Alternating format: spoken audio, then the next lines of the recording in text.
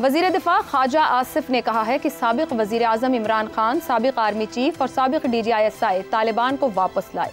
ख्वाजा आसिफ का कहना है कि पार्लियामेंट में उन्हें तलब किया जाए, तहरीक पेश करेंगे। ख्वाजा आसिफ के मुताबिक नवाज शरीफ के खिलाफ केसेस को भी भुट्टो केस की तरह दोबारा सुना जाए। उन्होंने ये दावा किया है कि उन्हें ये धमकी भी दी गई कि उनके खिलाफ प्रेस कॉन्फ्रेंस की जाएगी, जिसके जवाब में उन्होंने कहा कि प्रेस कॉन्फ्रेंस करनी है तो कर लें। ख्वाजा आसिफ के ऐसे बयानात से ये सवाल जन्म ले रहा है कि ख्वाजा आसिफ इन हालात में ये बयानात क्यों दे रहे हैं, जब हुकूमत कायम हुए अभी 1 माह भी नहीं हुआ। गुज़िश्ता साल अक्टूबर में नवाज शरीफ की वतन वापसी के बाद से नून लीग मुफाहिमत की पॉलिसी के तहत ही सियासत कर रही है। नवाज शरीफ ने अपनी पूरी इंतखाबी मुहिम, जलसे और रैलियों में एक भी ऐसी बात नहीं की जिससे मुजाहिमत की झलक भी मिलती हो। नवाज शरीफ ज्यादा से ज्यादा चंद जजेस का नाम लेकर ही उन पर तनकीद करते रहे।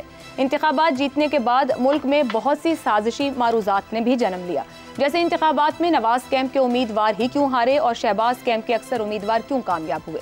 अगर इन साजिशी मफरूजात को मान भी लिया जाए तो फिर इस पर खुद नवाज शरीफ ने क्यों खामोशी इख्तियार रखी।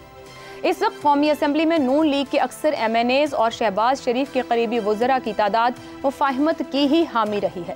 जैसे वफाकी वज़ीर कानून आज़म नज़ीर तारड़ ने साबिक आर्मी चीफ और साबिक DGISI को कौमी असम्बली में तलब किए जाने के वफाकी वज़ीर दिफा ख्वाजा आसिफ के मुतालबे पर कहा है कि उन्हें कौमी असम्बली में तलब नहीं किया जा सकता, क्योंकि मुंतखब नुमाइंदों या काबीना के अरकान के अलावा किसी अनजान शख्स को कौमी असम्बली के फ्लोर पर आने की इजाज़त नहीं, मगर उन्हें कायमा कमेटियों में तलब किया जा सकता है। यही है वो हालात जो ऐसे सवालात को जन्म दे रहे हैं कि ख्वाजा आसिफ क्यों माजी के उन किस्सों को याद करना शुरू हो गए हैं जिनका जिक्र अब खुद नवाज शरीफ भी नहीं कर रहे हैं।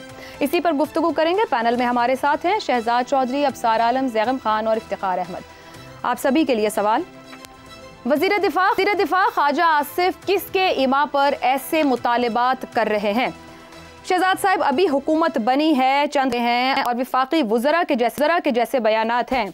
एक तरफ ख्वाजा आसिफ के मुतालिबात और फिर माजी की यादें साथ साथ उनको सता रही हैं और फिर आज़म नज़ीर तारड़ साहब उस पर जवाब दे रहे हैं। ऐसे मुतालिबात इस वक्त क्या ज़रूरत दरपेश आई ख्वाजा साहब को?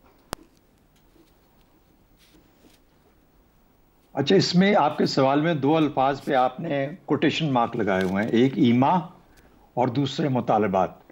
अच्छा, मुतालिबात का तो बड़ी हद तक अंदाज़ा है क्योंकि आपने सारे बयान भी कर दिए। असल में आपका सवाल ईमा पे है कि किसकी ईमा पे ये सब कुछ कर रहे हैं। कुछ हिस्सा आपने उसका अपने इब्तदाई में बताया कि शायद वो नवाज शरीफ साहब ग्रुपिंग जो है और ये वो उस किस्म का, लेकिन मैं इसको मुकम्मल तौर पर एक सियासी पैराए में रख के कोशिश करता हूँ कि इसका जवाब दिया जाए। देखिए, ख्वाजा आसिफ साहब का जितना एक ब्रिलियंट सियासी करियर रहा है ना, अब वो भी 74-75 साल के हो गए हैं और जैसे कहते हैं 74-75 उधर पहुंचे हुए हैं वो भी।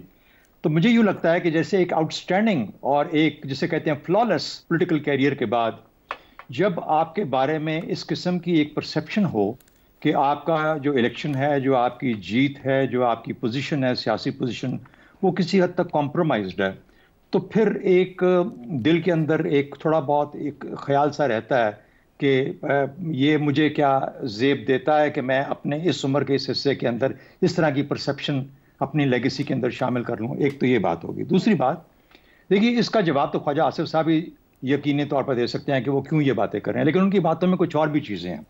उन्होंने मिसाल के तौर पर कहा कि मैं बाजवा और फैज़ को यहाँ पे हाजिर करना चाहता हूँ, वो आए असेंबली में आके अपनी पोजीशन को वाज़ेह करें, जिसका आपने रेफरेंस भी दिया।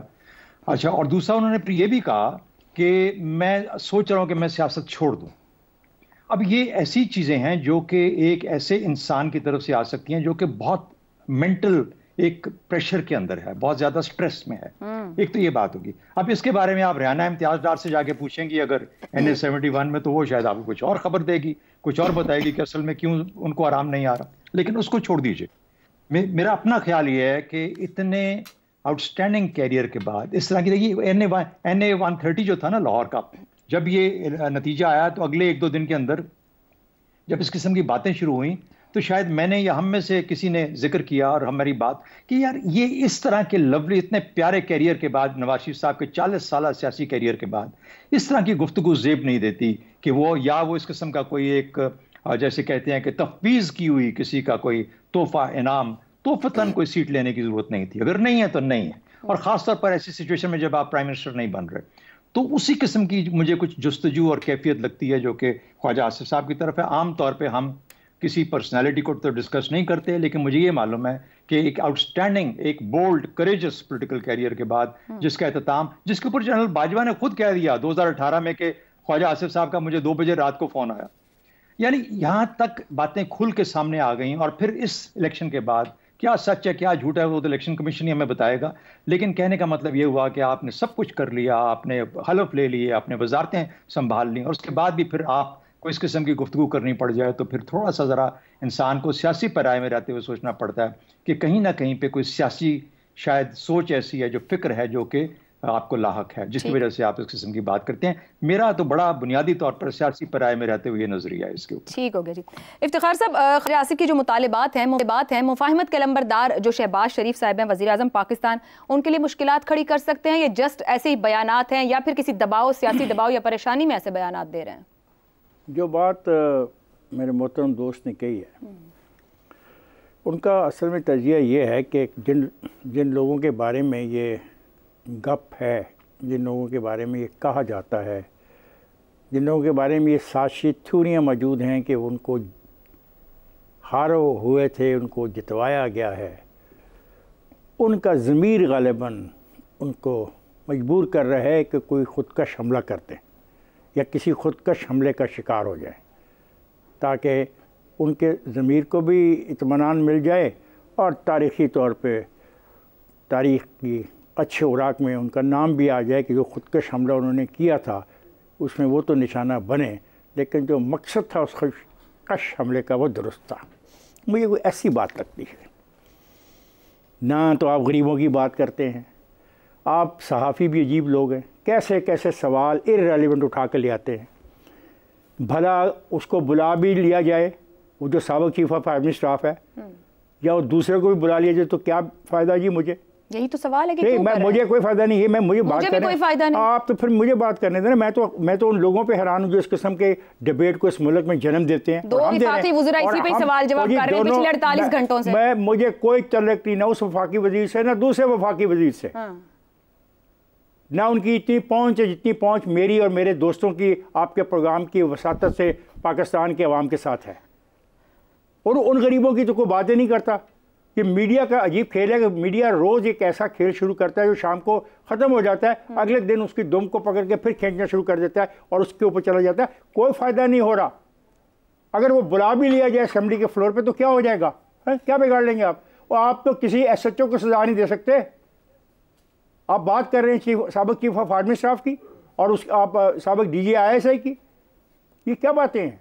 और हम इसको पूछ रहे हैं क्या बातें हैं? ये गलत है। आप पूछना भी गैर मुनासिब है। अच्छा, इस गुर्बत के दौर में वजीर का कहना मुनासिब है, मेरा पूछना गैर मुनासिब है। मैंने इतना बड़ी बात कह दी, अगर आपको नहीं समझ आई तो आप मुझे देखें। मैं एक सहाफ़ी हूँ, मैं एहतराम के दायरे में रहते हुए सियासतदानों को बुरा या अच्छा कहता हूँ।